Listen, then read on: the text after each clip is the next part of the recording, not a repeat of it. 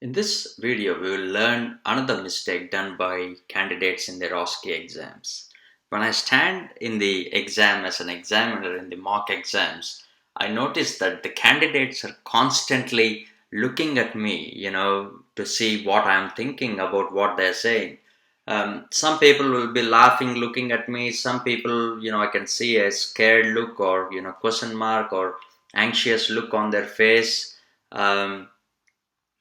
And some people constantly look into my eyes when they take history from the patient. What I mean to say is they're looking at my face and they're taking history from the patient. This is very rude actually in some cultures. That means that you're ignoring the patient. Okay, so it's not a good thing. This is something I've noticed, and I thought I have to tell all the candidates, and that's the reason I'm doing this video. Ignore the examiner. Okay, you don't need to worry about the examiner. If you don't have an examiner in the room, that's okay, but in some exams you might have an examiner. The only time I used to look at the examiner is when I introduce myself. When I enter the room, I greet the examiner, I'll tell who I am. Then if I have any doubts in the scenario that is given outside the room, I will clarify it.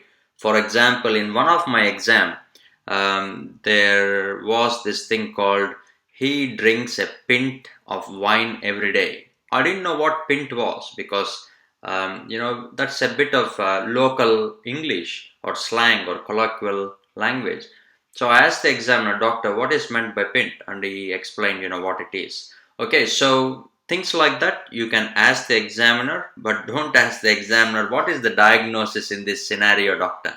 He will probably slap you on the face. So don't do that. I know you will not do it. I'm just joking.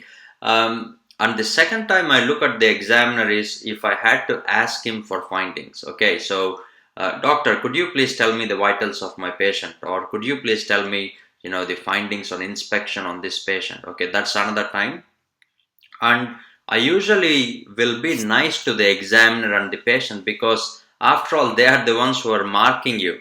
So if your patient is marking you, be nice to the patient. If your examiner is marking you, be nice to the patient and examiner because both of them might be marking you. Okay, so that is when I usually take examiner into consideration. Rest of the time, I don't care what's happening with the examiner. Okay, I will concentrate my entire concentration. I'll have my full concentration on my patient. I will be looking into his eyes. I will be approachable. I will be having a smiling face. If it is not a breaking bad news station, if it's a breaking bad news station, don't have a smiling face because you have to be a bit serious there. Okay, so have a friendly smile. Look into your patient's eyes and just show that you are interested in what he is telling you. These are the most important things. And again, ignore the examiner. If you don't have examiner in the room, that's okay, but this is one mistake I've noticed. When you're talking to the examiner, please use the 3 words, please, thank you. And when you're talking to the patient, use please, thank you, sorry if you're actually causing pain. These are the most important words you need to use in your exam.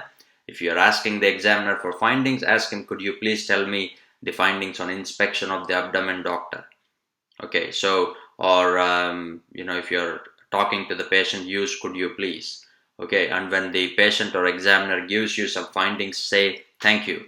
And if you're causing harm to the patient, not harm, causing pain to the patient, for example, in a scenario where you have to examine the abdomen of the patient, and when you're examining, if the patient says, oh doc, it's sore, just tell, I'm very sorry to do that. I will be very gentle. So things like that. So you have to use these 3 words during your OSCE consults. I hope this helps, and practice this with your friends, and you should be having no problems.